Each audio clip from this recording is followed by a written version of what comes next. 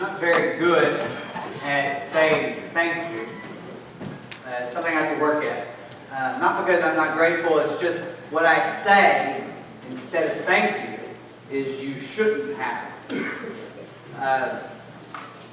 But I've never once had anybody in that situation whenever they do something for me and I say, oh, you shouldn't have. I've never once had anyone say, oh, well, you know what, that's a good point, give it back.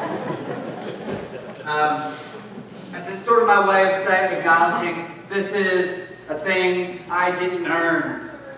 I don't deserve the thing that you gave me because I didn't earn it. And maybe there's something deep in me that makes me believe that I have to earn everything I get. I might guess that it might be how I was raised a little. My parents were great, but I grew up in a particular church tradition that made it feel as though you could lose your salvation at any second. So much so that there were arguments about whether or not whenever you got hit, if you died by getting hit by a train and said a swear word right beforehand, would your soul spend eternity in heaven? I think if you get hit by a train and the bad word doesn't slip your lips, you get immediate sainthood. I think that's true. That's a scary situation to find yourself in.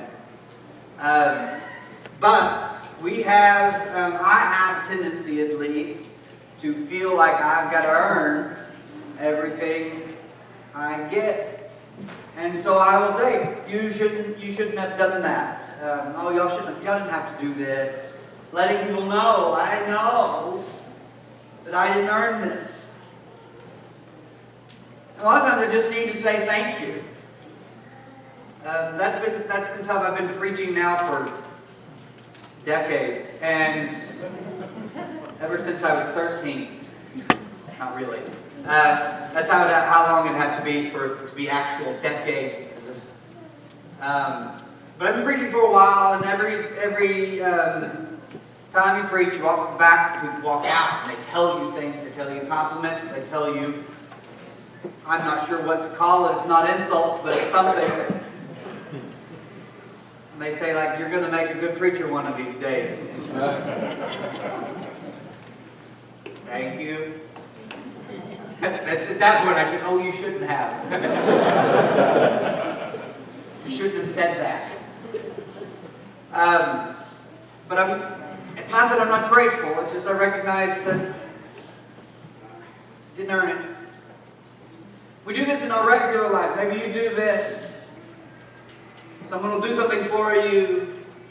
They'll have you over. They'll buy you a present. Have you ever gotten a present from someone on your birthday that you didn't expect to get a present from? Like another adult? Oh, man. What's your first thought? Guess I gotta get them something for their birthday.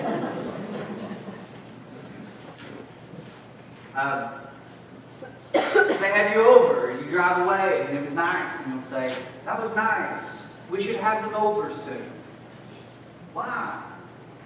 I think part of it could be that you had a good time, but there's part of us that we feel like we have to repay things. We do not like being in someone's grace day. And we feel like we have to earn our place at the table. And if someone's doing something for us that we don't quite deserve, sometimes we don't even accept it.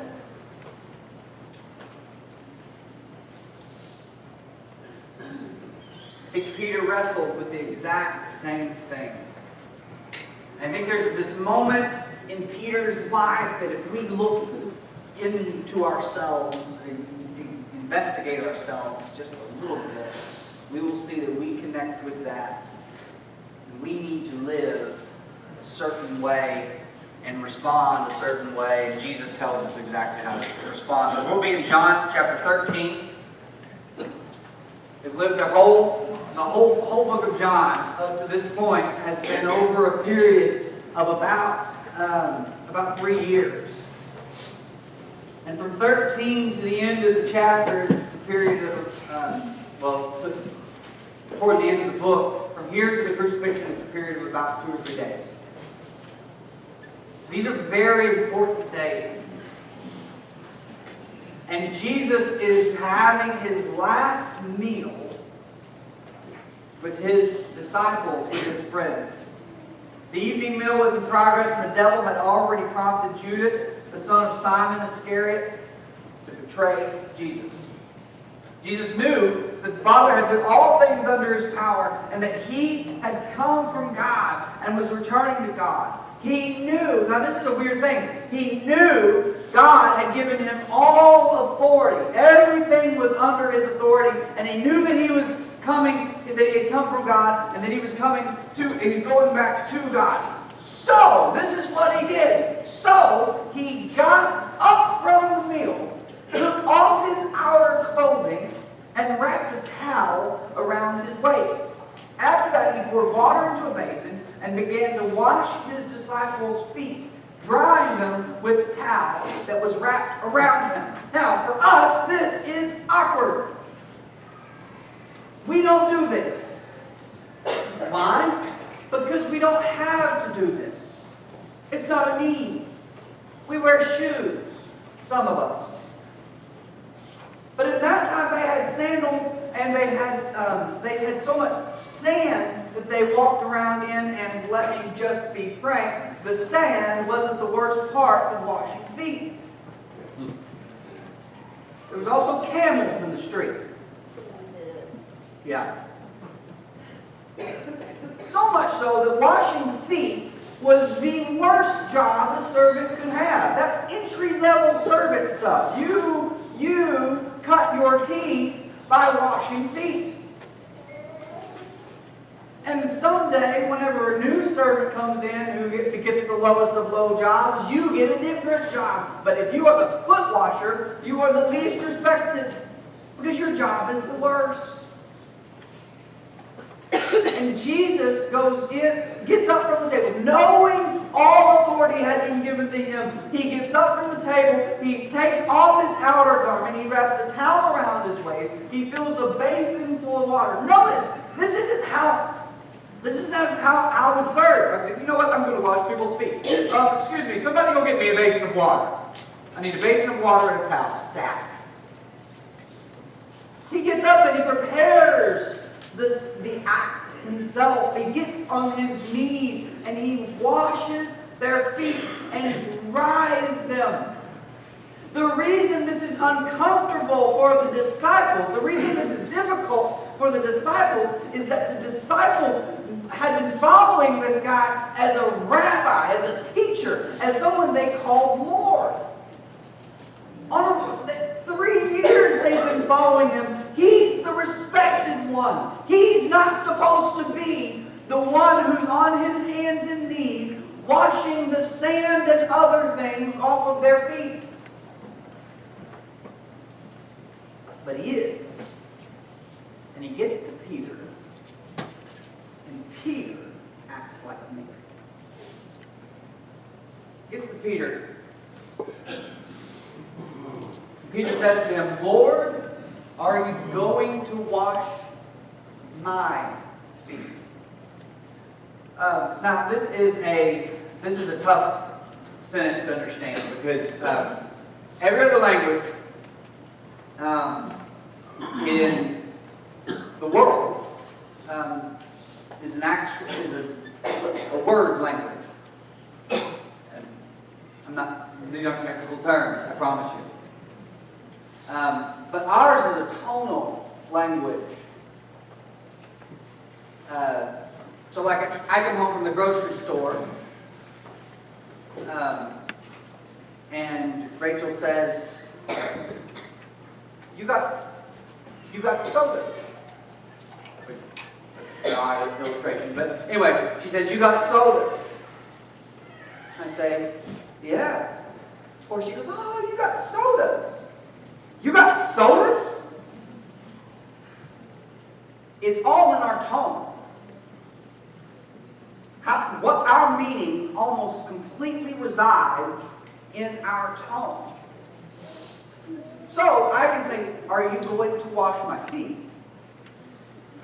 Or I could say, are you going to wash my feet? So as tough as for us to guess what tone, but because, thankfully, the Bible wasn't written in English, we know exactly what his tone was. Because there's word clues, little Greek words that aren't translated into our translation, but just exist to let us know that Peter believed the answer to his question should be and would be no. He asked what they call an assumed negative. We do this all the time. Are you going to wear that?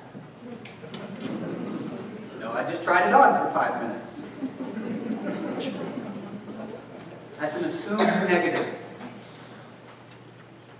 He asked an assumed negative. He said, are you, it could be translated, not exactly, but the thought could be translated, are you seriously going to wash my feet? You're not seriously going to wash my feet, are you?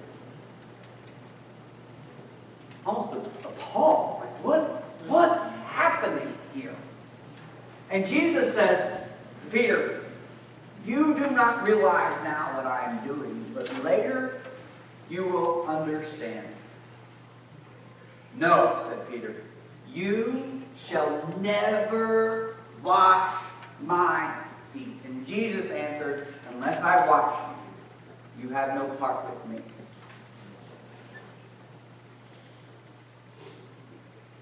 Peter could do this himself. Peter could clean his own feet. He says, you're not going to wash my feet, are you? And Jesus says, you don't understand what I'm doing, but you will understand eventually. You will understand what I'm doing. And Peter says, never. Absolutely not. It's not going to happen.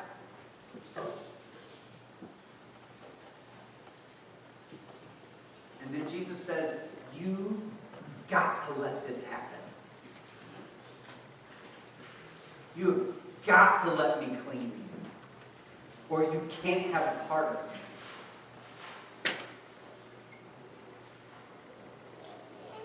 I think two things can happen when we don't develop a healthy gratitude for the grace of Jesus. And it develops itself in two ways. One, we just think we've got to earn it. We think, I've got to earn my salvation. Jesus, you're not going to do this for me. I'm going to do it. Now, this happens in a lot of different ways, not just in Church of Christy ways. Which is a verb, an adverb, that you might want to write down and use later. It's got dashes in it. That's just funny to me, apparently, but I'm sticking with it. It's not just Church of Christ in ways. Like I've heard people say things to the effect of, we are saved by grace and we can't do anything to earn it, and any work. Anybody who believes differently probably isn't all that saved. Do you realize the problem with that? You're still earning it with your brain. You're still earning it with correct understanding. I believe the grace of God can save people who don't understand the grace of God. I believe that people might get it wrong, and they still will be covered by the grace of God. I hope so for your sake and for my sake.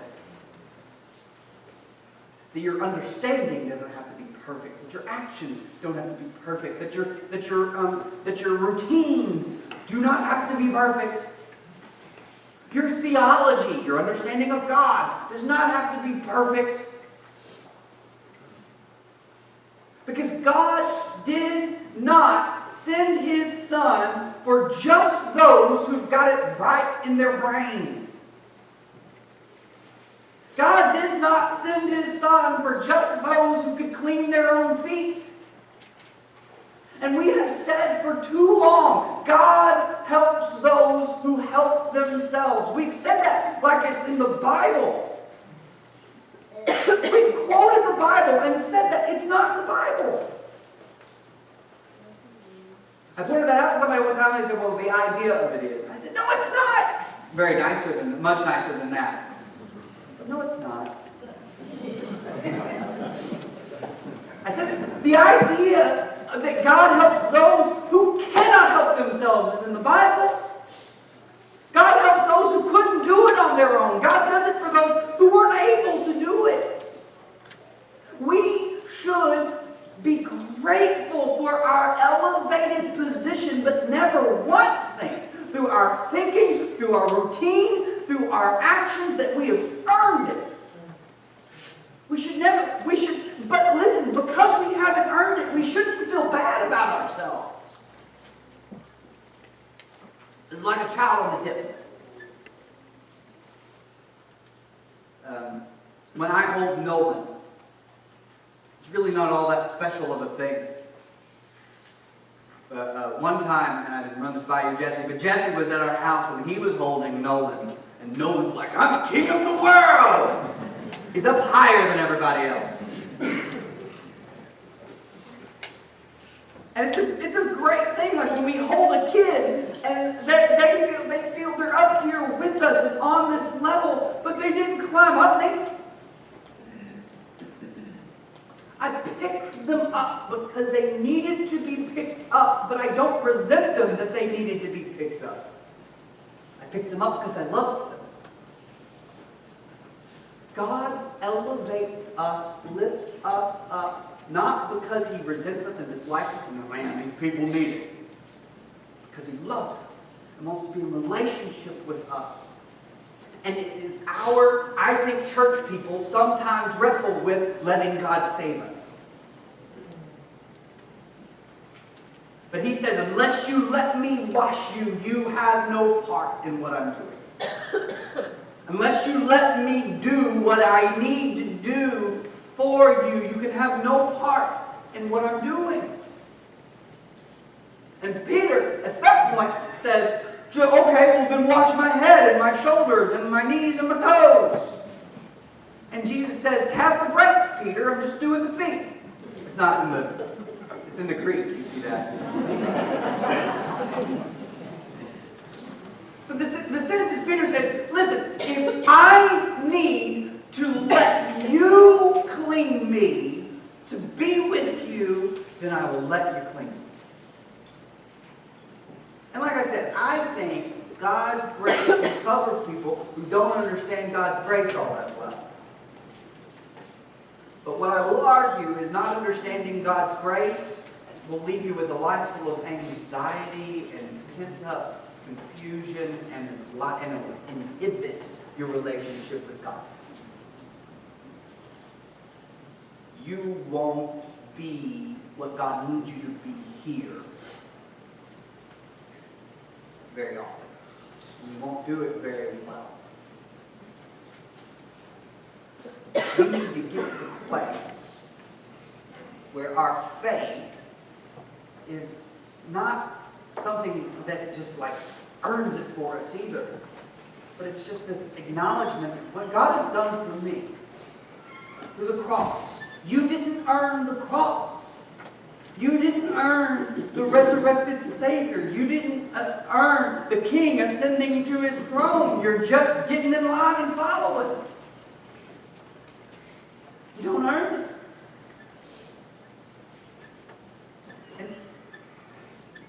And until we can just wrap our heads around the gratitude we must feel for the grace of God, until we can feel that grace in us, not that we were awful, pathetic, worthless. Sometimes those words are thrown around. That's not true. God does not feel that way about you. He believes you are very good. You are worth creating. But because He loves you, because God so loved the world, He sent His only Son. Not because God saw the world was nasty and just worthless and they're just lower than low and they needed someone to fix. No, God loved the world so much that he gave his Son, and his Son exalted us to the right place that we need to be in. God picks us up with the arms that were nailed to the cross. And he holds us higher than we earn because he loves us. We have yet to once earn it. We've yet to once do it ourselves. We've yet to once climb the ladder.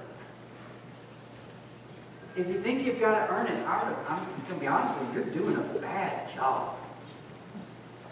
And you're not going to be able to. But if you can just exist in the presence of God, live in the grace that he's blessed us with, that could change your life. Because that grace spills out of you. You never feel, you get to the place where you don't feel haughty about the fact that you've been saved. You just feel saved. You don't feel special about, just better than others because you're clean. If Jesus will do this for me, he'll do it for you.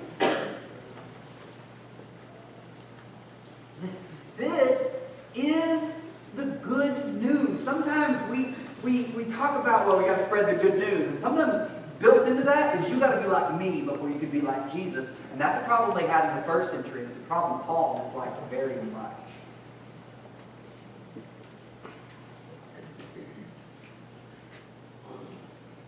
Run to the outspread arms of the Savior.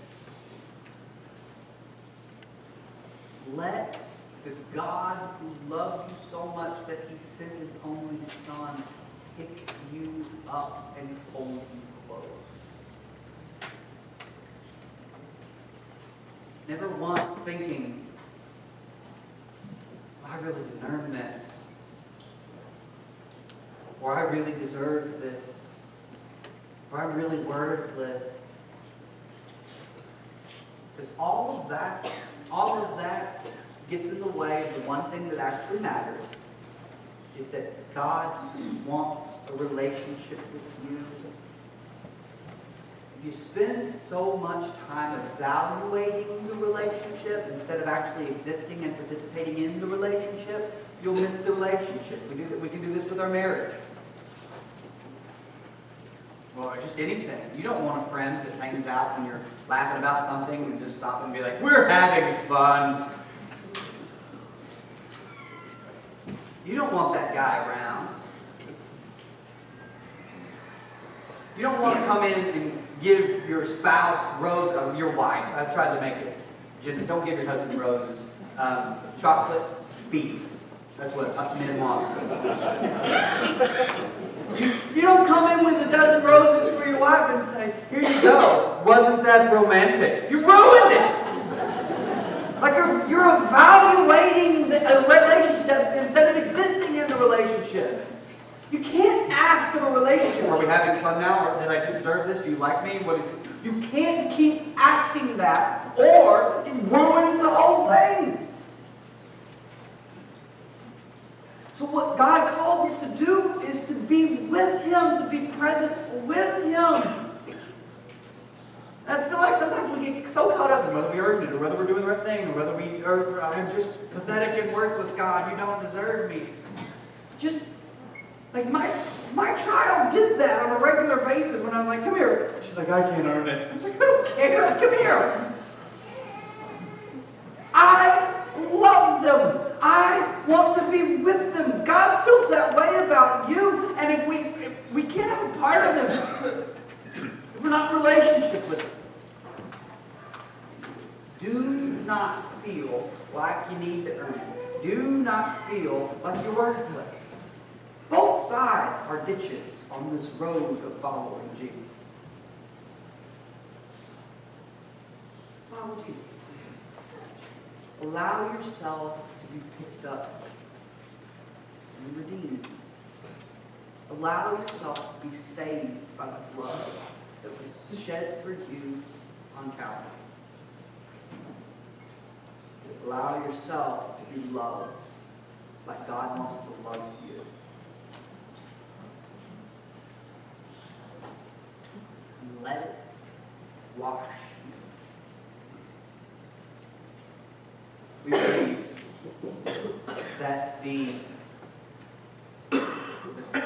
We believe that the New Testament teaches that the beginning of your walk with Jesus, it's your day where you say, I am following Jesus, is the day that you unite with Jesus in his death, burial, and resurrection through the act of baptism.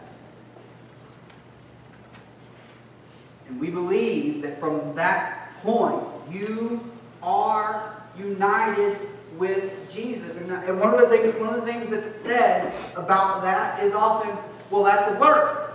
You're earning it. It's not a work. It's an act. It's like I go through the wedding ceremony and someone comes up to me and says, wow, you really earned Rachel there. I didn't earn her. This act just united us. But the fact that she wanted to be united with me was grace altogether. It's the same way. When we are united with Jesus, it's still grace. Whether it's through baptism or however it is that people talk about being united with Jesus, there's no way to do it without a work, without a prayer, without a saying, without a reading, without a baptism, without a nothing. We're all doing something. But we believe that the moment you are united with Jesus is what the Bible says when you're united with Jesus. We believe that when you are united with him in baptism and death, burial, and resurrected, you find a new life that you have not earned, that you have not worked for, that is completely and totally grace. And our call to people today is not like some of you think, well, I'm not ready to be a Christian. And listen, this is another word you might learn, fooling. Of course you're ready to be. Is that a British swear word? Did I just ruin something? Okay, I don't know. Of course you're not ready to be a Christian. Of course you're not good enough to be a Christian. Of course you don't have it perfect. People in here who have been Christians for 20 years don't have it perfect. That's me. I'm running on 21. I still haven't got. I'm a legal Christian adult. And I don't have it right.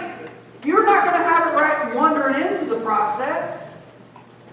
Maybe you don't think that you're ready to be a Christian, but Jesus thought you were good enough to die for.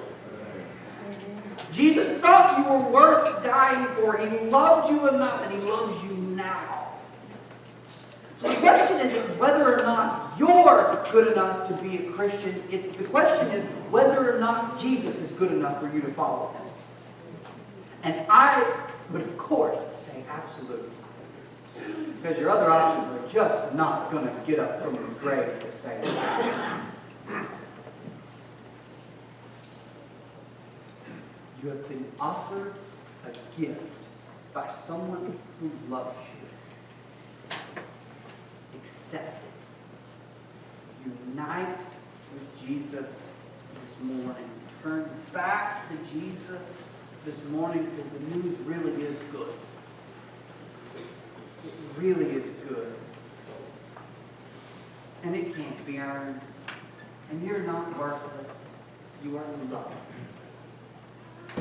That whole discussion we had about whether it's earned or whether you did anything assumes no relationship. Because in relationships, you don't earn relationships. You just love. You're not constantly trying to figure out whether you're doing enough, or you just love, and they move forward and they grow over time. The question is not whether you're good enough. The question is whether Jesus is worth following.